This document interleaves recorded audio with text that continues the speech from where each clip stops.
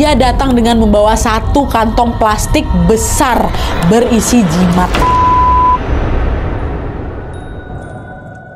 Hai, wassalamualaikum warahmatullahi wabarakatuh. Terima kasih sudah klik video ini. Oke, jadi di malam ini aku kembali lagi ingin menemani kalian dengan membawakan satu kisah horor Wawa part 206. Nah, di KW part 206 ini aku akan menceritakan sebuah teror mistis yang terjadi di sekolahnya Wawa dan menimpa salah satu kakak kelasnya si Wawa ini. Peristiwa ini betul-betul menghebohkan kala itu, kata si Wawa, dan berakhir plot twist karena pelaku yang menyebabkan teror ini terjadi adalah seseorang yang sangat tidak disangka-sangka ternyata. Nah, penasaran dengan kisah selengkapnya? Jadi tanpa berlama-lama kita langsung masuk aja ke apanya ya. Check it out.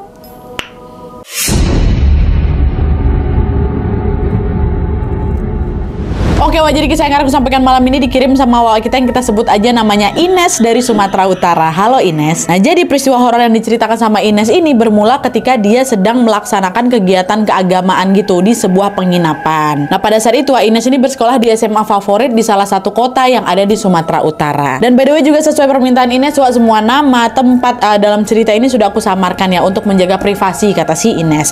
Jadi ceritanya pada saat itu waktu kejadiannya udah lama kali, si Ines ini baru duduk di kelas 10 atau kelas 1 SMA. Sebagai murid baru, Ines sangat tertarik sekali untuk mengikuti segala kegiatan ekstrakurikuler di sekolahnya. Biasalah kan masih muda, masih semangat gitu ikut ini itu gitu kan. Dan setelah mempertimbangkan banyak hal, Ines pun akhirnya memutuskan untuk ikut organisasi keagamaan yang memang sesuai dengan keyakinannya, yaitu agama Kristen Protestan. Nah, organisasi itu macam rohisnya kita gitulah kalau di Islam, Tapi kata Ines kalau di agama Kristen ini disebut organisasi PA ya. Nah, setelah dia bergabung menjadi anggota dari organisasi ini pun mengadakan event tahunan bernama retreat yang diadakan di luar kota selama 3 hari dari mulai hari Jumat, Sabtu sampai berakhir di hari Minggu. Dan FYI retreat ini tuh macam pesantren kilatnya gitulah kalau kata Ines ya. Panitia acara di retreat itu adalah kakak-kakak kelasnya Ines yang duduk kelas 11, sedangkan Ines dan teman-temannya yang kelas 10 ya mereka menjadi peserta aja. Dan rencananya acara retreat ini akan diadakan di wilayah yang bernama Tonggang yang dekat dengan Danau Toba ya. Singkat cerita, setelah ditunggu hari H pun tiba, Ines sama teman-temannya seorganisasi pergilah ke sana dengan didampingi oleh beberapa guru pembina supaya memang ada yang mengawasi mereka. Jadi nggak cuma kakak-kakak kelasnya aja, guru pun ada yang ikut. Nah, pada hari pertama acara semua berjalan baik, semua berjalan lancar. Rundown acara juga terlaksana secara tepat waktu dan tidak ada kendala sama sekali. Begitu juga di hari kedua, aman-aman aja semuanya, ya. Hari 1, hari 2 aman. Tapi ketika memasuki hari ketiga, mulai adalah ini suatu kejanggalan yang menimpa salah satu temannya Ines, ya. Disinilah kita mulai. Jadi, ceritanya pada hari ketiga itu, semua acara inti di kegiatan ini sudah selesai dilakukan. Guru agamanya Ines yang bernama Pak Uco, kemudian akhirnya memberikan waktu senggang kepada para siswa untuk packing nih, untuk bersiap-siap, bentar mau balik, ya kan. Tapi sebelum pulang, para siswa ini diminta untuk berkumpul dulu di sebuah aula yang ada di sana untuk melaksanakan doa bersama. Karena Ines sama beberapa temennya udah selesai packing duluan nih, packing lebih cepat, akhirnya mereka memanfaatkan waktu yang tersisa untuk berjalan-jalan bentar nih di sekitar penginapan sambil menikmati keindahannya Danau Toba. Mereka dari siap-siap packing, nunggu semua kon-konnya selesai, jalan-jalan lah mereka ini dulu. Selesai jalan-jalan, barulah itu mereka menuju ke aula untuk berdoa bersama. Nah, pas lagi khusyuk berdoa ini, semua orang-orang yang ada di aula tiba-tiba dikejutkan dengan kehadiran 2 orang siswa yang berlari tegopoh-gopoh menuju ke depan mimbar. Nah, 2 siswi itu adalah kakak kelasnya Ines. Yang satu namanya si Dona, satu lagi namanya Else. Dengan napas terengah-engah, Dona ini ngampirin lah Pak Uco yang lagi mimpin doa tuh di depan tuh. Pak, tunggu Pak, Jessie hilang katanya. Jessie ini siapa Nadia? Jessie ini anaknya ibu kantin yang tinggal di seberang sekolah gitu, yang rumahnya di seberang sekolah.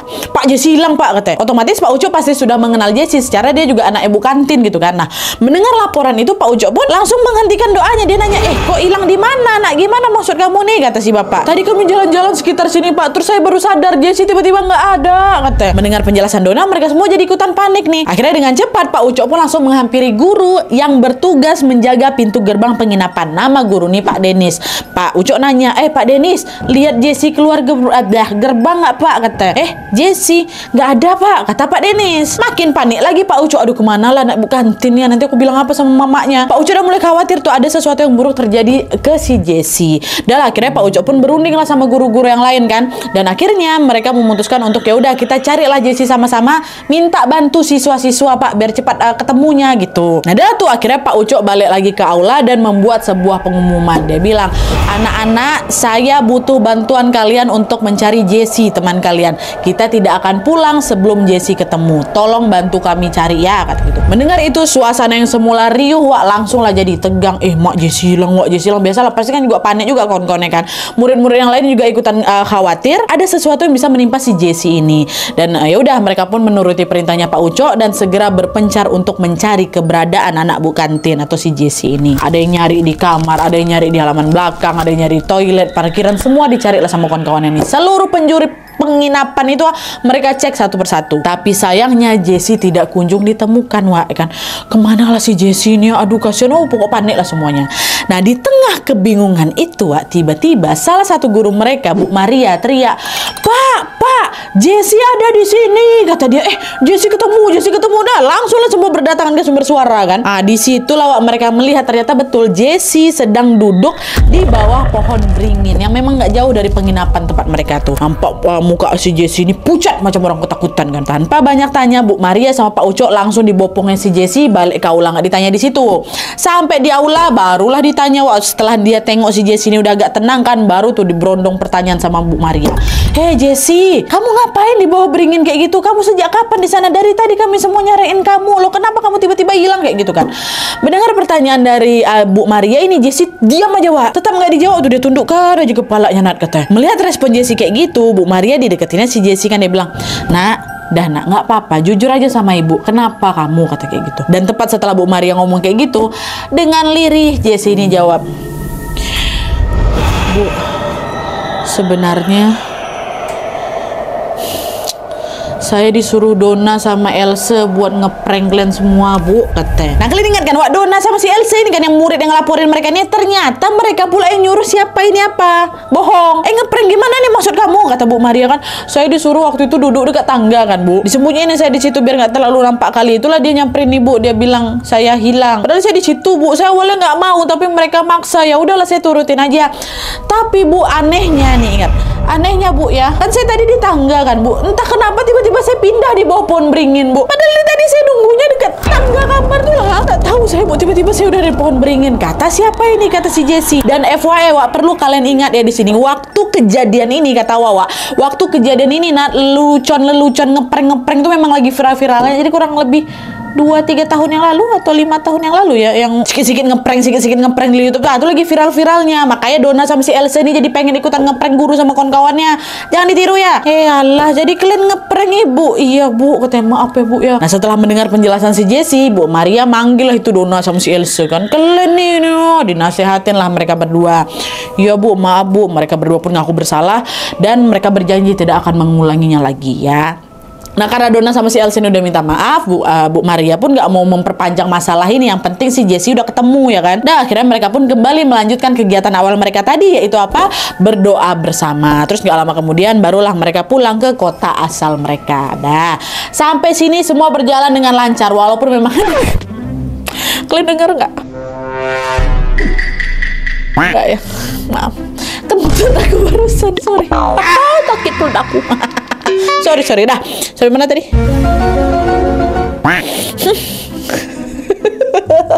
Bau. Udah lanjut lah. Mana untung udah mau balik nih. Udah mau balik nih, udah untung mereka udah balik.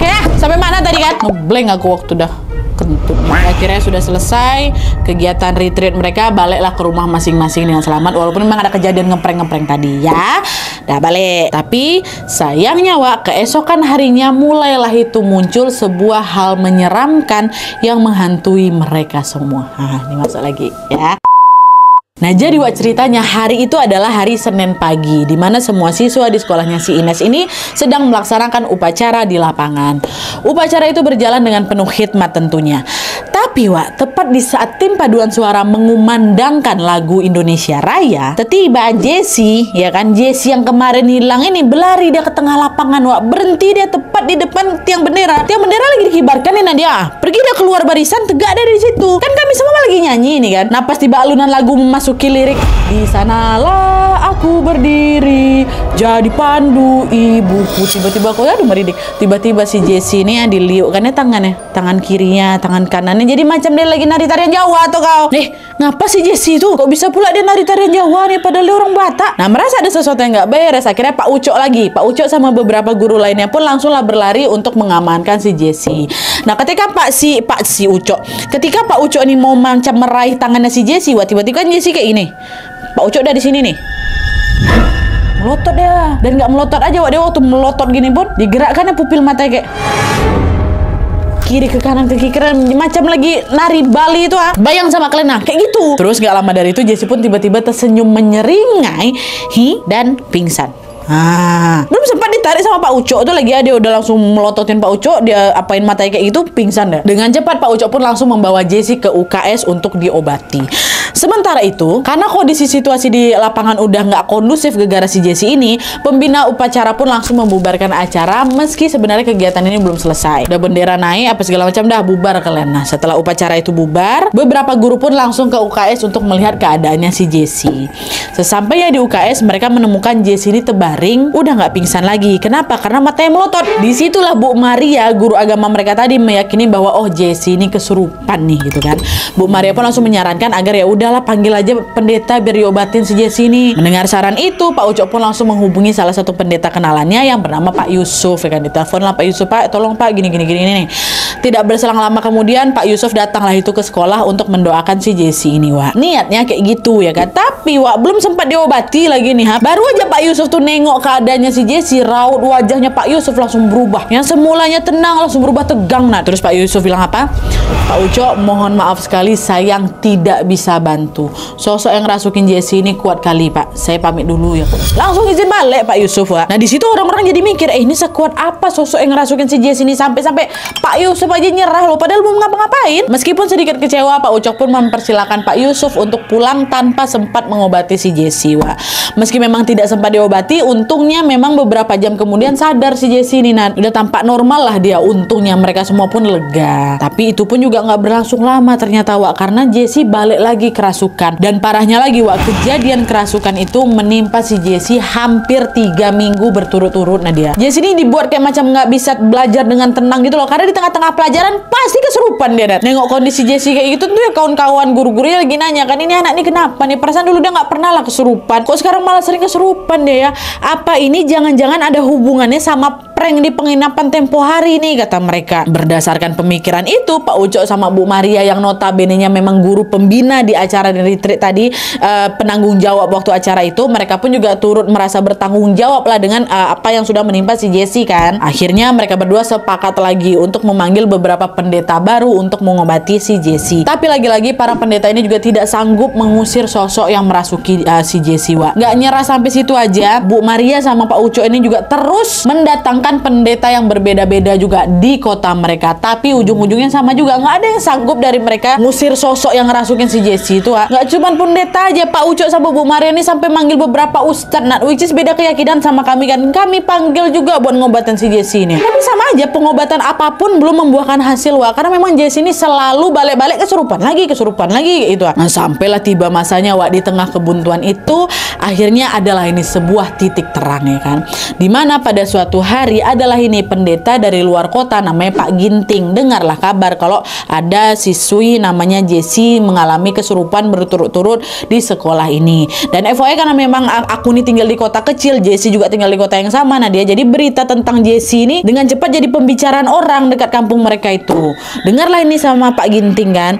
Nah, singkat cerita Pak Ginting ini pun menghubungi pihak sekolah dan dia berkata, Pak, saya akan membantu Jessie, tapi ada syaratnya Pak, Jessie tolong dibawa ke gereja tempat saya bertugas, kata dia. Jadi nggak diobatin di sekolah, bawa dia ke gereja saya. Nah, mendengar tawaran itu pihak sekolah pun setuju ya kan. Nah, pada hari yang sudah ditentukan, Jessie pun diantarlah sama Pak Ucok, Bu Maria sama 7 orang murid yang lainnya ke gerejanya Pak Ginting, termasuk si Ines nih Dan by the way memang orang-orang di sekolahnya Ines ini memang kompak kali gitu loh. Mereka tuh semua ikut bertanggung jawab untuk kesembuhan Jessie, mantap ya kan. Bawalah tuh beramai ke sana. Sampai di sana Pak Ginting langsung mengajak mereka untuk berdoa bersama-sama untuk kesembuhannya Jessie. Dah berdoa kita yuk. Nah, pas mereka lagi kusuk berdoa ini, Wak, Jessie yang semula diam-diam aja, nah dia tiba-tiba menjerit nih. Masuk lagi nih, kesurupan lagi nih. Tapi waktu itu Pak Ginting bilang, udah jangan khawatir, tutup semua mata kalian dan terus berdoa biar nggak terjadi kesurupan massal, kata si bapak. Dah, nurutlah kami semua kan. Pak Ginting, Bu Maria, kami semua lanjut berdoa meskipun udah ketakutan kali itu dalam hati ya kan. Tapi ternyata yang kami takutkan terjadi. Nah, selang beberapa menit kemudian 4 orang temannya Jessie yang sedang berdoa secara tiba-tiba nangis histeris. Tadi awalnya berdoa tiba-tiba tenangis. Nangisnya juga bukan nangis ketakutan, nangis histeris, nangis kemasukan. Dari situlah kami sadar kalau ternyata kesurupannya Jessie ini udah merambat ke 4 kawan lainnya. Pak Ginting pun berusaha lagi untuk menenangkan mereka yang tidak kerasukan, termasuk aku, termasuk Jessie, Ines, dan meminta mereka untuk melantunkan lagu-lagu rohani ya. Udah tenang kalian, tenang, nyanyikan lagu ini, kata si Pak Ginting. Tidak lama kemudian, setelah mereka nyanyi lagu rohani itu, Jessie sama 4 kawan yang lain yang kesurupan ini tak pingsan lagi mereka. Nah, ketika mereka pingsan, Wak, Pak Ginting mencoba untuk mendoakan mereka satu persatu sampai akhirnya mereka ini bisa tersadar kembali. Alhamdulillah sadar nih. Nah, pas mereka lagi sadar, ternyata Bu Maria udah nggak bisa menahan diri buat nanya, Pak Ginting, ini sebenarnya kenapa nih? Kenapa Jessie terus-terusan kesurupan? Kan sempat nanya sebelumnya, Wak. Langsung disuruh berdoa apa segala macam kayak gitu kan. Kenapa nih, Pak? Tolonglah Bapak kasih tahu dulu gitu. Akhirnya dengan menarik nafas panjang, Wak, Pak Ginting pun menjawab, Bu Maria, sebenarnya yang ada di dalam tubuhnya Jessie sekarang ini adalah roh-roh jahat yang berasal dari penginapan tempat kalian retreat itu. Dan jumlahnya nggak cuma 1, Bu. Jumlahnya banyak. Mereka ini macam mau berebut menguasai badannya si Jessie. 1 masuk, 1 keluar, masuk lagi, kayak gitu. Wak. Dari situlah Bu Maria sama Pak Ucok langsung berpikir bahwa teror kesurupan yang menimpa si Jessie ini fix. Sudah pasti bermula dari prank yang dilakukan si Jessie. Pak, terus gimana, Pak? Gimana cara ngobatin Jessie ini? Saya nggak tega, Pak, nengok dia kesurupan terus. Kasihan dia, Pak, kata Pak Ucok. Sudah datang, Pak Ginting bilang kayak ini. Cuma 1 caranya, Pak. Coba kamu datangin kedua orang tua Jessie ke sini, kita berdoa sama-sama. Oh baik, Pak, saya akan segera datang kemari. Saya kabari dulu orang tuanya mereka ya, kata si Pak Ucok. Dah lah, singkat cerita, hari itu Jessie ini jadi belum betul-betul disembuhkan, Wak. Mereka balik dulu pulang ke rumah masing-masing dan berniat untuk menyampaikan pesan Pak Ginting tadi kepada keluarga si Jessie. Nanti biar baru datang lagi kayak gitu kan. Nah, sesampainya mereka di kota asal ini, kota asal tempat mereka tinggal, Bu Maria sama Pak Ucok pun langsung menemui orang tuanya Jessie, which is Bu Kantin itu. Di hadapan mereka berdua, Pak Ucok pun menjelaskan semua kejanggalan yang menimpa si Jessie beberapa minggu belakangan di sekolah. Dan otomatis ya orang tuanya Jessie udah tahu lah kalau memang Jessie ini sering kesurupan di sekolah kan. Ya kan mereka Ibu Kantin, rumahnya ya dekat sekolah, jadi pasti nggak mungkin mereka nggak tahu ya kan. Tapi udah diceritain nih semua sama Pak Ucok nih, gini-gini Bu, gini-gini Bu juga tahu kan keadaannya, lalalala. Anehnya, Wak, bapak ibunya si Jessie ini macam terkesan nggak peduli gitu loh sama keadaan si Jessie ini. Ketika Pak Ucok meminta mereka berdua untuk datang ke gereja, secara mengejutkan si bapaknya si Jessie ini malah ngomong hal yang tidak terduga, Wak. Dia bilang gini, Pak Ucok, Bapak jangan suka ngada-ngada. Anak saya ini nggak kesurupan, dia cuma acting aja biar jadi pusat perhatian. Itu katanya. Masa acting? Gak mungkin lah, orang aku nengok dari mata kepala aku sendiri Jessie itu betul-betul kesurupan, dalam hati Pak Ucok kan. Lagian juga udah banyak pemuka agama yang mengatakan hal yang sama, jadi nggak mungkin si Jessie ini bohong, nggak mungkin Jessie ini bisa acting. Terus tuh Pak Ucok dibujuknya lah mereka berdua, ayolah Pak, datanglah Pak ke gereja Pak, obatin anak Bapak, kasihan. Ini dia nggak acting Pak, memang betulan. Banyak pemuka agama bilang gitu-gitulah. Nah, setelah terus-terusan diyakini, akhirnya kedua orang tuanya si Jessie ini pun luluh juga. Ya udahlah, besok kita datanglah ke tempatnya Pak Ginting tuh. Dah lah tuh, pada hari yang sudah ditentukan, kedua orang tuanya si Jessie ini pun ditemani sama Pak Ucok. Pergilah itu Nadia, dia menemui Pak Ginting di gereja. Pak Ginting pun memberikan penjelasan panjang lebar, ibu, anak ibu kayak gini, sampai kemudian Pak Ginting bilang, Pak, Bu, mau sehebat apapun pendeta, ustadz, atau pemuka agama yang lain, tidak akan ada yang bisa mengobati Jessie 100%. Yang bisa menyembuhkan Jessie adalah kalian berdua sebagai orang tuanya, kata Pak Ginting.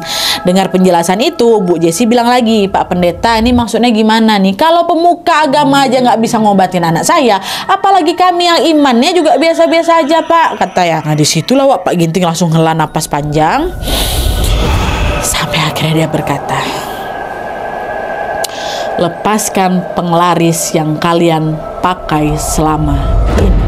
Itu satu-satunya cara supaya roh Jessie bisa kembali. katanya. Dengar ucapan Pak Ginting mereka macam disambar petir siang bolong, Wak. Raut wajah bapaknya Jessie yang udah pertama dia udah nggak sur pergi ke sana kan langsung berubah merah padam. Jangan asal bicara kok ya. Siapa bilang kami pakai penglaris fitnah kok Pak Ginting kata. Pak Ginting juga udahlah Pak, lepasin aja lah sebelum semuanya terlambat. Nah di sisi lain, wah ibunya Jessie juga merasa tersinggung lah pasti dengan tuduhan Pak Ginting. Pak, jangan sembarangan Bapak ngomong ya. Bapak jangan sembarangan nuduh suami saya. Apa buktinya kalau dia pakai penglaris? Belum sempat menjawab pertanyaan itu, tiba-tiba Jessie buka suara. Dia bilang apa? Pak, Mak, Jessie capek katanya. Dan gak lama setelah itu balik lagi kerasukan. Si Jessie dijerit-jerit dan dijambak-jambak, rambutnya dipukulkan kepalanya ke tembok. Oh, chaos lah. Nah, menyadari Jessie kesurupan kayak gitu, Pak Ginting bilang, tengok tuh, tengok anak kalian. Apa yang kalian lakukan tuh berdampak besar kali sama si Jessie ini. Asal kalian tahu aja ya, sosok yang menghuni jimat kalian itu udah lama ngincar si Jessie, tapi memang dia gagal ngelukain si Jessie. Gara-gara apa? Jessie rajin ibadah, nggak macam Glenn. Tapi sayangnya minggu lalu tuh lah Jessie dirasuki sama sosok kuntilanak dari penginapan Danau Toba tuh. Kuntilanak itulah yang bikin sukma anak kalian ini belobang. Makanya sosok yang ada di jimat kalian masuk dia ke tubuh si Jessie. Nggak dia aja doh, puluhan pasukannya juga datang juga tempatnya si Jessie. Nah dengar itu baru udah nggak bisa ngomong apa-apa lagi orang tua si Jessie, Wak. Nangis lah sesenggukan mamanya kan. Macam ketampar mungkin dia, macam sadar iya ini betul nih apa yang bapak ini bilang gitu. Barulah itu di sela-sela tangisnya Bu Jessie langsung bilang ke suaminya, Pak, lah Pak, ikhlaskan aja lah Pak, lepaskanlah semua penglarisku tuh Pak, biar sembuh anak kita. Nah di situ bapak Jessie nggak ngelawan pula, Wak. Dia cuma diam dan nggak juga diresponnya perkataan istrinya. Macam seolah-olah bapak ini macam nggak mau melepas jimat penglarisnya gitu loh, Wak. Tapi setelah terus-terusan didesak kan akhirnya bapak Jessie bilang, ya udahlah, saya lepaskan penglaris ini. Ketahuan. Inilah alasannya kenapa harus disamarkan, Wak. Dah, gak lama kemudian Pak Pendeta atau Pak Ginting ini bilang lagi, kalau begitu keluarkan jimat yang kalian bawa dan ambil semua jimat yang ada di rumah kalian sama yang ada di kantin kalian. Ya, katanya juga sebenarnya di sini keluarga si Jessie ini agak kaget, Wak. Kenapa? Karena kok bisa pendeta Pak Ginting ini tahu semua rahasia kami ya? Padahal baru itu loh mereka ketemu, Pak Uco aja baru itu ketemu. Tapi ya udahlah, udah disuruh kayak gitu ya, bapak Jessie ngikut-ngikut aja lah. Diturutilah semua perintahnya Pak Ginting. Dia bergegas pulang ke rumah untuk mengambil semua jimat penglarisnya. Sementara itu ibunya Jessie masih terus menangisi si Jessie sambil memegangi tangannya Jessie yang udah nggak sadarkan diri, pingsan lagi kan. Ibu bilang, nak maaf ya nak, maafkan kami katanya. Dan tuh singkat cerita, beberapa jam kemudian kan bapak Jessie langsung balik ke rumah tuh kan ngambil barang-barang itu. Beberapa jam kemudian bapak Jessie pun kembali lagi ke gereja. Dia datang dengan membawa satu kantong plastik besar berisi jimat. Bapaknya Jessie pun langsung menyerahkan kantong itu kepada Pak Ginting. Pak Ginting pun menerima jimat itu sambil berkata, oke Pak, setelah ini mari kita berdoa, kita bernyanyi lagu rohani ya. Setelah itu kita bakar jimat ini demi kesembuhannya Jessie. Baik Pak, kata bapaknya Jessie. Dahlah tuh, berdoalah mereka semua. Pak Ginting saat itu langsung menyalakan api dan membakar jimat itu. Dan tepat di saat kobaran api melahap jimat penglaris itu, Wak, Jessie balik kesurupan lagi. Tapi untungnya katanya kesurupannya nggak berlangsung lama, Wak, karena beberapa menit kemudian Jessie pingsan lagi. Dah, jimat itu tetap dibakar nih. Dan setelah pembakaran jimat selesai, Jessie pun berangsur-angsur sadar balik. Dan setelah Jessie sadar, Pak Ginting mengatakan bahwa Jessie sudah aman dari gangguan makhluk penghuni jimat penglaris itu. Dan ternyata ucapannya Pak Ginting ini benar, Wak. Karena sejak saat itu Jessie betul-betul pulih gitu loh, 100% pulih. Dan sama sekali udah gak pernah kerasukan sampai hari ini, kata Ines. Oke, Wak, jadi itu tadi pengalaman horor yang dialami oleh Jessie yang ternyata diakibatkan oleh perilaku kedua orang tuanya sendiri. Sebenarnya kalau dipikir-pikir ya, Wak, kedua kawannya si Jessie tadi, si Donna sama si Elsie yang ngeprank tadi itu juga turut andil loh sama peristiwa ini. Kalau aja mereka nggak ngajak Jessie berbuat usil di tempat asing, mungkin Jessie ini bakal be-be aja, mungkin juga nggak ngalamin kesurupan sama sekali kan. Tapi di sisi lain, peristiwa prank ini juga ada satu hikmah pula, dimana kedua orang tua si Jessie kan akhirnya kembali ke jalan yang benar. Ketahuan mereka jadi penglaris ya kan. Tobat mereka, nggak pakai penglaris lagi, dibakar jimat-jimat tuh kan. Itulah kenapa, Wak, di agama apapun kita diwajibkan menghindari perbuatan bersekutu dengan jin atau iblis. Bersekutu dengan iblis berpotensi membahayakan nyawa pelaku dan juga nyawa anak-anak pelaku yang notabene-nya tidak bersalah. Macam kasusnya si Jessie ini. Semoga Tuhan Yang Maha Esa senantiasa melindungi kita semua yang ada di sini ya. Amin ya rabbal alamin. Oke, Wak, jadi sekian dulu videonya. Terima kasih banyak yang sudah menonton. Kalau kalian suka video ini, klik like-nya, jangan lupa komen di bawah untuk ide dan saran-saran untuk video selanjutnya. Jangan lupa nyalain notifikasinya supaya kalian tahu kalau aku upload video baru. Dan jangan lupa untuk klik tombol subscribe supaya kalian sama-sama tahu informasi menarik dan menegangkan dari channel aku. See you next video, Wak. Bye.